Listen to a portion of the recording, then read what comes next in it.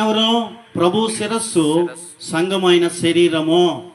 ఈరోజు ప్రభు నామంలో ప్రభు బిడ్డలకు వస్తున్న వారికి కుర్చీ వేసిన, వచ్చిన వారిని గౌరవంగా మాట్లాడినా, వారికి ఆహారం తీసుకెళ్ళి ఇచ్చినా, సంఘము కొరకు నువ్వు ఏది చేసినా ఎలా చేయాలో తెలుసా?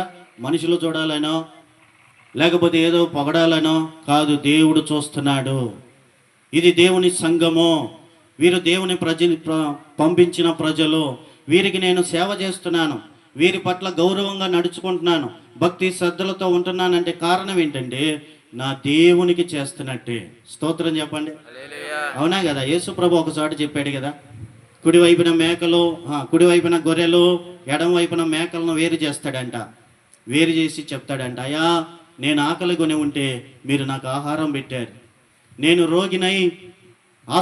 రోగినై ఉంటే నన్ను పరామర్శించడానికి వచ్చారు, నేను చెరసాల్లో ఉంటే నన్ను పలకరించడానికి వచ్చారు అని అంటే, ప్రభువా నువ్వెప్పుడు ఆకలి కొన్నావయ్యా, ప్రభువా నువ్వెప్పుడు రోగివై ఉన్నావు, ప్రభువా నీవెప్పుడు చెరసాల్లో ఉన్నావయ్యా అంటే, అల్పులైన ఈ నా సహోదరులకు చేసిదిరి గనుక నాకు చేసినట్టే అన్నాడు. చప్పటి కొడి దేవునికి స్తోత్రం, గట్టిగా హల్లెలూయా. చూసారా, పిన్ టు పిన్ దేవుడు అబ్జర్వ్ చేస్తాడు, హృదయ ఆలోచనలన్నీ తీసుకుంటాడు. ప్రతిదీ దేవుని విషయంలో మనం ఎలా ఉంటున్నాం? ఆదివారం దేవుని సన్నిధి, ఆదివారం దేవుడు మన కొరకు పరిశుద్ధ దినముగా ఏర్పరిచాడు. ఎన్ని పనులున్నా ఎంత ఉన్నా దేవుని సన్నిధికి ప్రాధాన్యత ఇవ్వాలి. ఏదో ఇక వేరే కారణాలు ఉంటే అదేమో కానీ రాగలిగి కూడా, దేవుని సన్నిధికి వెళ్ళగలిగి కూడా, దేవుని సన్నిధిలో కనబడడానికి అన్ని అవకాశాలు ఉన్నప్పటికి కూడా ఏముందలే.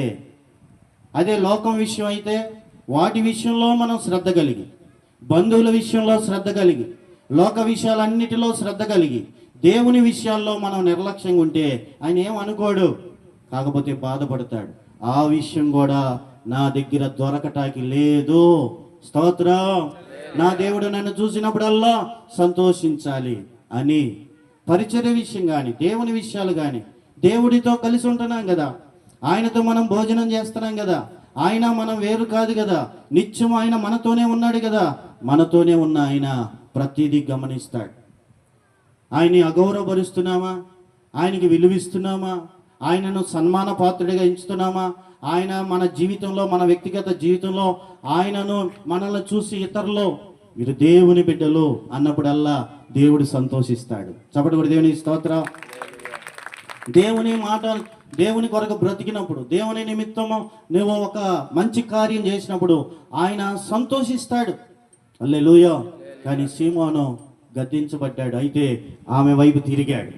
తిరిగి ఈ స్త్రీని చూస్తున్నావే, ఈమె నేను వచ్చిన దగ్గర నుండి అయ్యా కన్నీళ్లతో నా పాదాలు కడుగుతుంది. హల్లెలూయా, హల్లెలూయా. కన్నీటితో. ఎందుకని? కృతజ్ఞత. నన్ను ఊళ్ళో అందరూ వెలివేశారు, నన్ను ఎవరో చేరదీయలేదు, పాపాత్మురాలు అనే బిరుదు పెట్టారు, కానీ నన్ను నీవు క్షమించడానికి వచ్చావయ్యా. ఎంతసేపు నేను ఇక్కడ ఉన్నప్పటికీ నా హృదయం ఎరిగి ఉన్నావయ్యా. నేను బాగుపడాలి అని, నన్ను బాగు చేయాలని నువ్వు ఆశపడ్డావయ్యా. పాపము లోకములో అందరూ చేత అసహించబడ్డ నన్ను క్షమించడానికి వచ్చావయ్యా, నన్ను చేర్చుకున్నావయ్యా అని కన్నీటితో కృతజ్ఞతగా పాపము నుండి విడిపించగల లోకరక్షకుడికి కన్నీటితో పాదాలు కడుగుతా ఉందండి. హల్లెలూయా. ఈరోజు దేవుళ్ళుగా అనబడిన వారు ఎంతోమందిగా ఉన్నారని సమాజం అంటా ఉంది. కానీ యేసు ప్రభులో ఉన్న ప్రత్యేకత ఏంటంటే ఆయన అనేక రోగాలు బాగు చేయగలవాడు.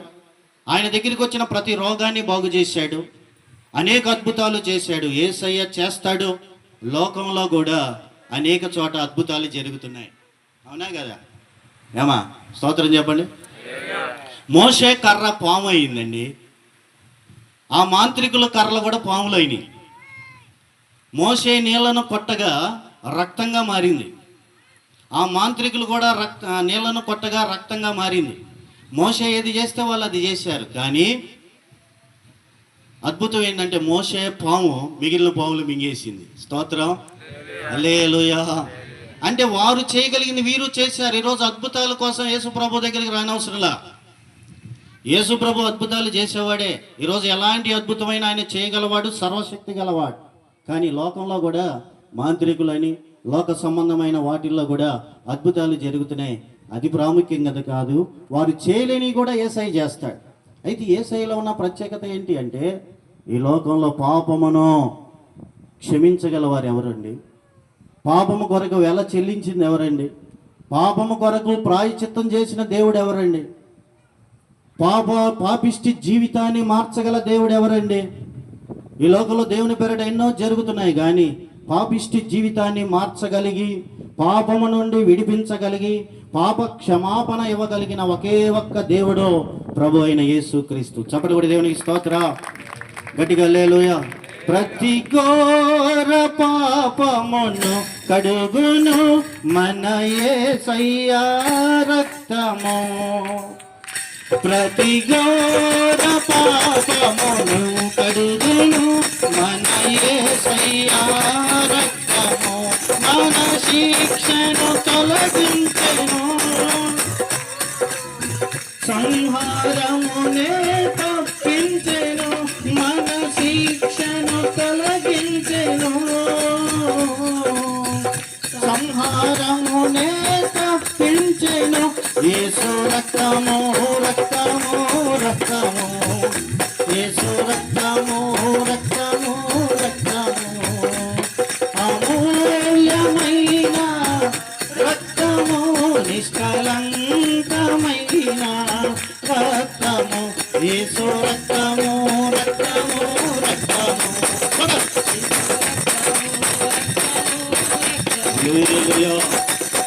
ఈరోజు మనుషులుగా ఉన్న ప్రధాన సమస్య ఏంటో తెలుసా?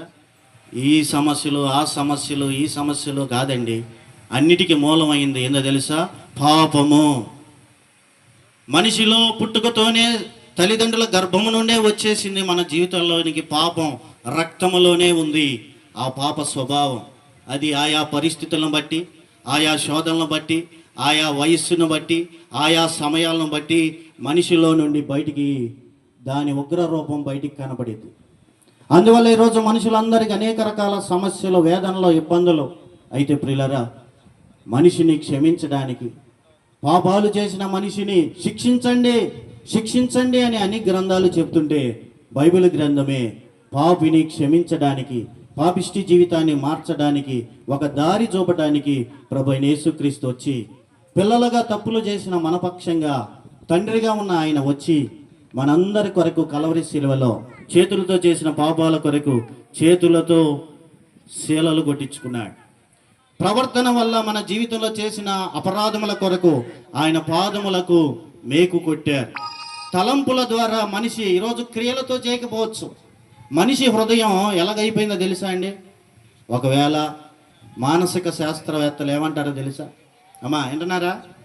మనిషి యొక్క ఆలోచన వ్యవస్థ ఎలా ఉంటుందో, మనిషికి వచ్చే ఆలోచనలు ఎలాంటియో, ఒకవేళ జిరాక్స్ మిషన్ కానీ, స్తోత్ర అంటే ప్రింటింగ్ మిషన్లో అన్ని ఫోటో కాపీ తెస్తున్నారు కదా, అలాగ మనిషికి వచ్చే ఆలోచనలు అన్నీ కానీ ఫోటో స్టాట్ తీయటం మొదలు పెడితే ఎట్టుండిద్దో తెలుసా?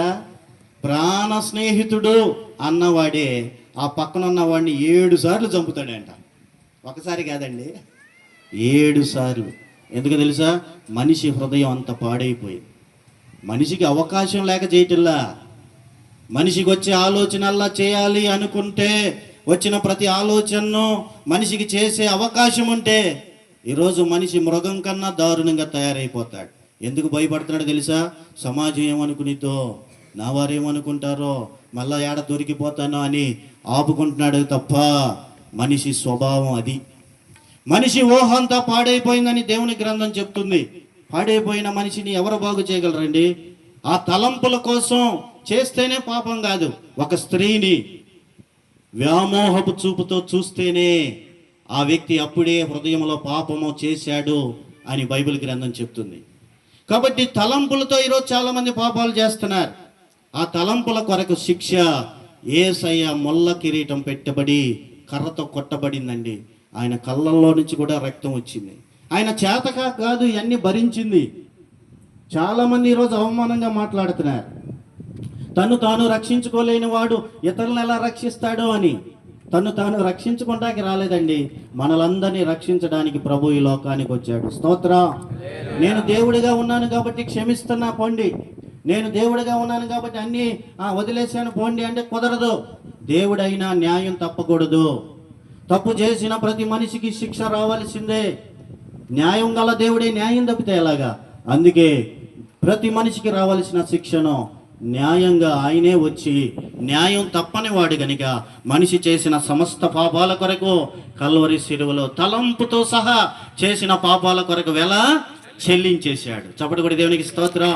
ఈరోజు పాప క్షమాపణ ఉంది, పాపికి విడుదల ఉంది. అది ఎక్కడంటే ప్రభు అయిన యేసు నామములో. హల్లెలూయా. యేసయ్య దగ్గరికి వచ్చి ఎవరైతే ఎంత ఘోర పాపులైనా ఆయన సన్నిధికి వచ్చాయా, ఈ పరిస్థితి నాకొద్దు, ఈ స్థితి నాకొద్దు, ఈ ఆలోచన జీవితం నాకొద్దు, నా పాడైపోయిన నా జీవితాన్ని బాగు చేయని కన్నీటితో ప్రార్థన చేస్తే, నీవే రక్షకుడు అని నేను నమ్ముతున్నానయ్యా, నా పాపాల కొరకు వెల చెల్లించావని ప్రార్థన చేస్తే ఎలాంటి పాపమైనా క్షమించబడుతుంది, ఎలాంటి పాడైపోయిన జీవితమైనా మరలా బాగుపడటం ప్రారంభిస్తుందండి. స్తోత్రం. దానికి సాక్షులు ఎవరు? మేమే సాక్షులం. హల్లెలూయా. గట్టిగా స్తోత్రం చెప్పండి. ఆ తల్లిని చూసి, అమ్మా నువ్వు కన్నీళ్లతో ప్రార్థన చేస్తున్నావు, కృతజ్ఞత. ఆమెకేమన్నా ఆస్తి వచ్చిందా? ఏమన్నా మేలు జరిగిందా? అమ్మా స్తోత్రం చెప్పండి. కేవలం క్షమించావు, ఎవరో క్షమించలేని నన్ను క్షమించావు, నాకు క్షమాభిక్ష పెట్టావు, నా కొరకు రక్షకుడిగా వచ్చావు అని కృతజ్ఞతతో కన్నీరు. మరి ఎంత కన్నీరు గార్చిందో, పాదాలంతా తడిపిందంటే ఎంత ప్రార్థన, ఎంత కన్నీరు గార్చిందో. భాష అయితే లేదు, చెప్పుకుంటానికి భాష లేదు, కన్నీటితో చెప్పుకుంటుంది. కానీ కన్నీటి భాష ఆయనకి బాగా తెలుసండి. హల్లెలూయా. మాటలతో చెప్పే ప్రార్థన కన్నా, మాటలతో చెప్పే మాటల కన్నా, మాటలు రాకుండా కృతజ్ఞతగా, అయ్యా నన్ను క్షమించావయ్యా, అయ్యా నన్ను క్షమించిన నీకు నేనేమి ఇవ్వగలనయ్యా అని కన్నీటితో కృతజ్ఞతగా కన్నీరు కార్చి ప్రార్థన చేస్తుంది, కృతజ్ఞత భావంతో. ఈరోజు రక్షించబడ్డాం. స్తోత్రం చెప్పండి. అయినా ముఖం ఎలాడే వేసుకొని ఏం చేస్తాం, దేవుని నమ్ముకున్నా, మరి వెళ్ళకపోతే ఎట్టా, ఇక చేసేది ఏముంది, ఇక అందులో దిగ తాడవేడికి చేసిన, అయ్యా నీళ్ళ ముంచినా పాల నుంచినా నువ్వేనయ్యా, ఇక ఏం చేస్తాం, బాప్తీసం పొందాంగా, ఇక చేస్తామా, ఇక ఏముంది, మళ్ళా రాలేదనుకో ఆయన ఫోన్ చేస్తాడు, ఏమా ఎందుకు రాలేదు, పాస్టర్ గారు ఫోన్ చేస్తారు, ఎందుకు రాలేదు, ఎందుకు వచ్చిన గొడవ, వెళ్ళి కనపడితే అటెండెన్స్ చేయించుకొని వెళ్తున్నామయ్యా, చేసేసి లేతలే అని. రక్షించబడ్డ మనం, క్షమాపణ పొందిన మనం అలా ఏదో వచ్చాం వెళ్ళాం అన్నట్టు కాదు. నీ క్షమాపణ ఎంత విలువైందో తెలుసా? మనకిచ్చిన క్షమాపణ, మనకిచ్చిన పరలోక రాజ్యం ఎంత విలువైందో తెలుసా? గొప్ప వంశము, గనులు, జ్ఞానులు, గొప్పవారు అని చెప్పుకుంటున్న వారు క్షమాపణ పొందకుండా మరణిస్తే నరకానికి వెళ్ళిపోతారు. అక్కడ అగ్ని ఆరదు, పురుగు చావదు, యుగ యుగాలు నరక వేదన భరించాలి. కానీ పాపములో, పాప శాపంలో బ్రతికిన మనం యేసయ్యను అంగీకరించడం వల్ల మనం కళ్ళు ముయ్యగానే పరలోక రాజ్యంలో కళ్ళు తెరుస్తాం. చప్పటి కొట్టండి. యేసయ్యని చూస్తాం. ఆ యేసయ్య రాజ్యంలో మనం ఉండబోతున్నాం. మన నీతి కార్యాలను బట్టి కాదు, యేసయ్య చేసిన వేలను బట్టి, త్యాగాన్ని బట్టి. ప్రభువా ఏమిచ్చినా ఇవ్వపోయినా నా కొరకు నన్ను క్షమించావయ్యా, నన్ను రక్షించావయ్యా, నీకు స్తోత్రం అని ఎప్పుడైనా కన్నీటితో కృతజ్ఞత ప్రార్థన చేశారా? చేయకపోతే స్టార్ట్ చేయండి. స్తోత్రం చెప్పండి గట్టిగా. హల్లెలూయా. ఎవరైతే ప్రభువా నన్ను రక్షించావు, నీకు స్తోత్రం అయ్యా. నా పిల్లలతో కూర్చున్నప్పుడు నేను చెప్తానండి, ఏం చెప్తాను తెలుసా? మరి బాబు ఈరోజు మనం ఇలాగ మీతో కూర్చొని నేను అన్నం తింటున్నానంటే ఒకప్పుడు నా జీవితం ఇలా లేదయ్యా, యేసు ప్రభువే నా జీవితంలోకి రాకపోయింటే ఈ పాటికి ఎప్పుడో చచ్చిపోయేవాడిని, ఎప్పుడో గందరగోళం అయిపోయేవాడిని, నన్ను నేనే చంపుకుందామని ఎదురు చూసిన వాడిని. చివరి క్షణంలో యేసయ్య దగ్గరికి వెళ్ళటం వల్ల ఆ యేసయ్య నా జీవితంలోకి వచ్చి ఈరోజు నన్ను రక్షించి, ఇదిగో ఒక కుటుంబం, బిడ్డలు మీతో కలిసి భోజనం చేస్తున్నానంటే ఇది యేసయ్య ఉండబట్టి,